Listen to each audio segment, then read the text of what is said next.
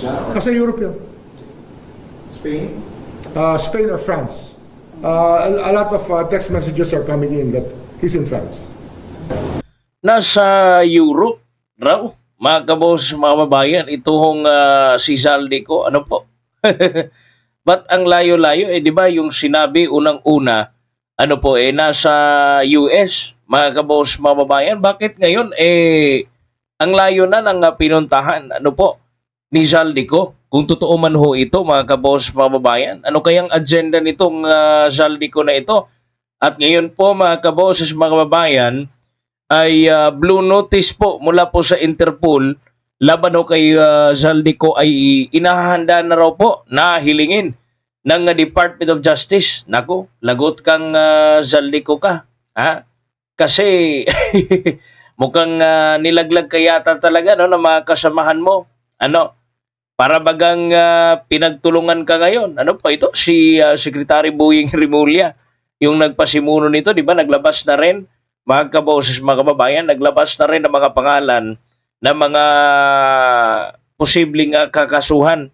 Ano po, mga kaboses, mga kababayan. Ngunit wala po doon ang pangalan ni House Speaker Martin Romualdez. Ha? Tanging yung mga statement lamang ho, mga kaboses, ng nina Bryce Hernandez at Alcantara, mga kaboses, mga kababayan, yung pasok na pasok po sa mga ng Department of Justice. Ngayon mukhang ano talaga no? Pagtutulungan ka talaga ngayon at tiyak hahanapin ka talaga, Zaldico. At talagang for sure, no? Haharapin mo talaga yung mga bintang sa Euritos Pilipinas, lalong-lalo na doon sa mga questionable, ano? Questionable na mga itong mga sasakyan, sasakyan panghimpapawid. Mayroon ka pang mga helicopter pagkamahal-mahal. Grabe yung perang winaldas mo Zaldico kung totoo man yung mga aligasyon laban sa iyo. Pakinggan natin. On Zaldico, may blue notice tayo. Well, we're working on it. Yes, I'm asking Assistant Secretary Eli Cruz to help us with the blue notice. But of Blue course, notice. the statements of kay Zaldico, we're still digesting them for this to be properly. We're still digesting all of it. Kasi nga, massive yung information na dumating the past 2 days. And it's not that easy to digest everything. Massive, massive lamang para kay Zaldico. Yung massive kaya, no, kay Romualdez, Mr. DOJ Secretary, Boying Rimulya, ano, yung massive kaya ng mga information ng ibang mga kongresista, kumusta kaya iyon? Ano po? Sir, pakilinaw lang po, pag sinabi pong blue notice, ano lang po? Ano yan? To give us information on their whereabouts and how they're going about. Yun pala yung meaning ng blue notice. Hindi naman pala bubunlutin ka bigla-bigla. Ano po, mga kaboses, mga babayan. Talaga naman pong meron pa palang, mga kaboses, parang ano lang siya. Pagbabantayan lang naman po kayo. Ano po, babantayan lamang po si Zaldico kung saan siya pumupunta para hindi talaga makatakas. At sana ay maging ligtas si Zaldico, no, sa lahat po ng oras, mga kaboses, mga babayan, para po maharap pa niya yung mga kaso niya dito sa Pilipinas. Their business. Ano yan? Para person of interest yan sa because Interpol is being notified that they are subjects of an investigation, of criminal investigation. Ayan. So sir, i-apply pa lang po siya sa Interpol, tama po? I-apply pa lang. Ayan. Pero we're working on it already. Ayan na. No, ang bilis nila. Lagot ka talaga, sabi ko dito 'di ba, yung mga nakaraang flag natin, meron talagang isang lalaglagin mga kabos, mga babayan. Yung maliligtas lamang ho rito, si Presidente Marcos unang-una, at itong si House Speaker Martin Romualdez, former House Speaker. Kasi, para kasi nakikita natin, itong si Zaldico, mga kabos, mga babayan, parang hirap na silang, no? Parang hirap na silang pagtakpan itong si Zaldico, mga kabos, mga babayan. Kasi nga, unang-una, nailantad na sa social media yung kanilang mga yaman, mga kabos, mga babayan, na pagkalaki-laking pera, daig mo pa'y bilyonaryo, no? Sa buong Pilipinas, mga kaboses, mga babayan. Ano lang yung trabaho? Kongresista lang. Hindi naman po siguro, no? Hindi naman po siguro yun magiging rason, mga kaboses, mga kababayan, no? Na maka-acquire siya ng ganoon po na karami ng mga helicopters at private jets, mga kaboses, mga kababayan, dahil lang sa kanyang sweldo. Mantakin niyo po ito, ang sweldo po ng congressman ay nasa 200,000 lamang ho. Ha? At syempre, hindi niya inangkin yung mga negosyo niya no, bilang kontraktor kasi nga ay hindi na nga sa kanya yung SunWest, 'di ba? Sinabi niya, mga kabos, mga babayan, hindi mas lalong nagpapatibay, mga kaboses, na wala siyang capacity na bumili ng ganun mga assets, mga kabos, mga babayan. Ha? Helicopter at mga private jet lamang po iyon, yung mga aligasyong pagmamayari ni Zaldico na lumabas, mga kabos, mga babayan. Hindi pa po tayo doon sa mga ewan lang natin kung meron ba siyang mga ari-arian, ano po, mga lote, mga bahay, mansyon, mga kabos, mga babayan, na kanya pong, kanila pong ini-enjoy ngayon, mga kaboses. Sir, you mentioned na nila-digest mo pa yung information. Siyempre, alam mo, you're talking about different affidavits with so many details. Unless you have a photographic memory and a complete ledger in your mind, it's very hard to just say, I know everything. You have to have a matrix and some usual ways, tools of deciphering and mapping out the participation of each person in each activity. Pero sa mga po, masasabi po ba natin nasa Europe siya, nasa Asia, or Kasi European, Europe raw. Spain? Spain or France. Ayan. A lot of text messages are coming in that he's in France. Ayun. So alam na nila yung area, mga kabos, mga babayan, kung nasaan ngayon si Zaldico. Ano po? Naglabas na po ng mensahe si Zaldico, mga kaboses, mga kababayan. Ano po?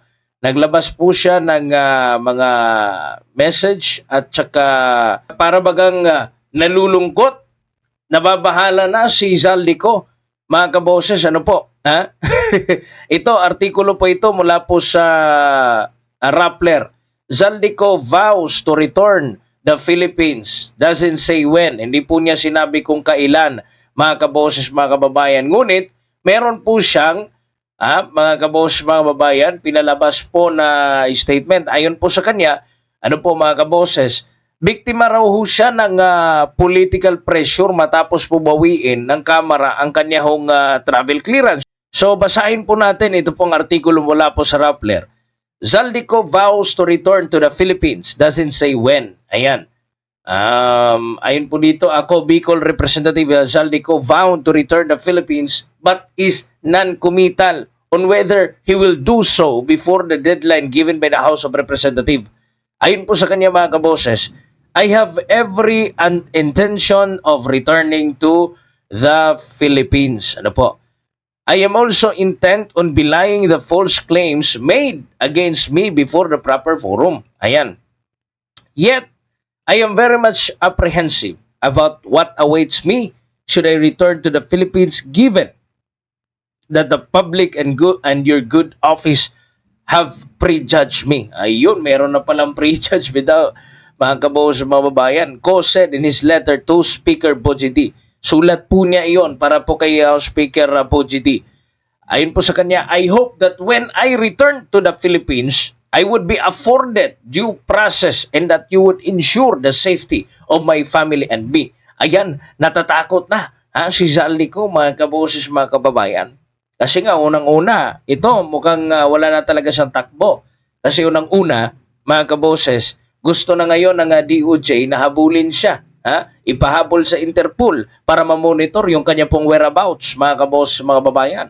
So, ibig sabihin, anytime, alam po ng ating gobyerno, mga kabos, mga babayan, kung ano ba yung pinagagawa niya, totoo ba na nagpagaling siya doon sa abroad, nagpagamot siya, mga kabos, kasi andyan na yung Interpol.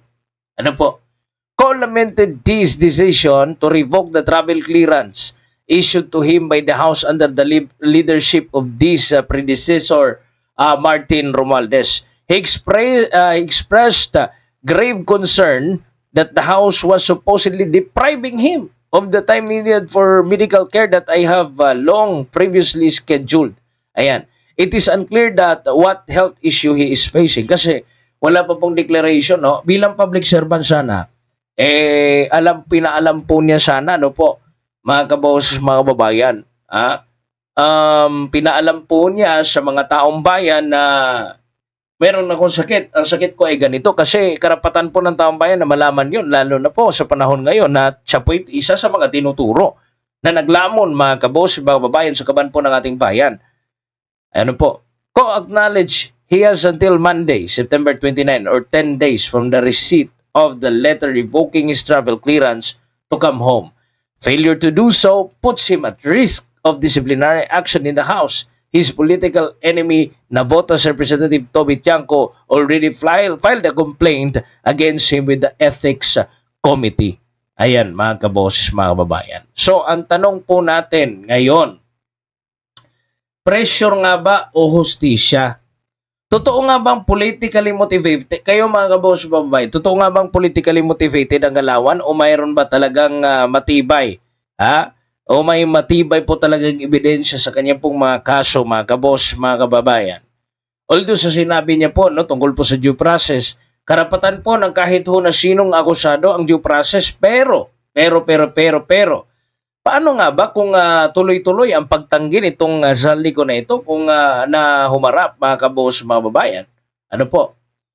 Hindi ho biro itong paghingi no, ng blue notice, mga kabos, mga babayan.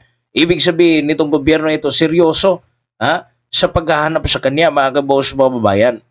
Sa gitna po ng flood control corruption scandal, ano po, dagdag na naman itong dahilan, ano po mga kabos, mga babayan, para tuluyan na nga mawalan ng tiwala ang tao sa Kongreso, mga kabos, mga babayan. Kasi kapag hindi talaga ginawa nila kung ano yung tama, mga kaboses, mawawalan talaga ng kredibilidad. Ano po, ito pong Congress, mga kabos, mga babayan. Ano po, mawawalan po ng dangal ang Kongreso kasi nasa kanila sila yung nagkamkam ng ating yaman, mga kabos, mga babayan. At hindi po yan maitatago, nakikita po yan ng taong bayan mula po sa flood control anomalies, ano po, sa mga anomalya sa flood control, mga kaboses, na mga ghost project at substandard project, budget insertion, mga kaboses, mga babayan, ayan, no? Involved po sila lahat yan, mga kaboses. So, siguro panahon na para ang taong bayan na naman maningil at sana po'y harapin na, no? Lalo ni Zaldico, at sana'y maging patas po ang batas. Kaya yes, kasi meron po tayong nasisense, ano po, mga kabos, mga babayan, para kasing si Zaldico lang yung kawawa sa panahon ngayon, no? How about Speaker Romualdez? Former Speaker Romualdez. How about Presidente Bongbong Marcos Jr., mga kaboses? How about yung iba pa mga kongresista na dawit, mga kabos, mababayan? Well, nakasalalay po sa atin ngayon yung ating future, mga kabos. Kayo, ano bang reaction ninyo, opinion, suggestion regarding po sa pag-usapan natin yung araw, mga kabos, mga babayan? Mag-drop po kayo ng inyong comment dyan po sa ating comment section, mga kaboses, ano po? At mag-react po kayo sa lahat po natin ng mga uploads, ano po, mga kaboses, mga babayan. Please subscribe, hit the notification bell para notified po kayo sa lahat po natin ng mga uploads. God bless po sa lahat, mga kaboses, mga babayan. Ako po si Kaboses Wins at ito po ang Standpoint.